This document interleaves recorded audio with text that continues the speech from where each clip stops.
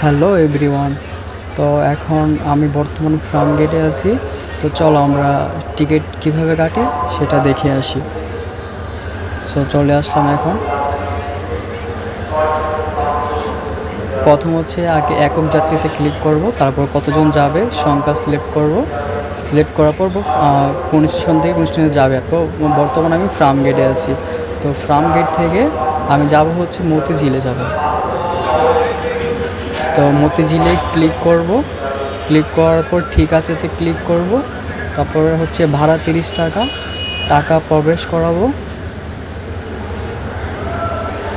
এই যে টাকা প্রবেশ করাচ্ছি।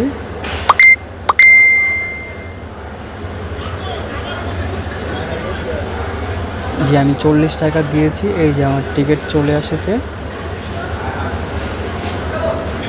এই যে আমার টিকিট। সো আমাকে 10 টাকা রিফান্ড করবে। এই যে 10 টাকা চলে আসলো। So bye. So good bye everyone, tata.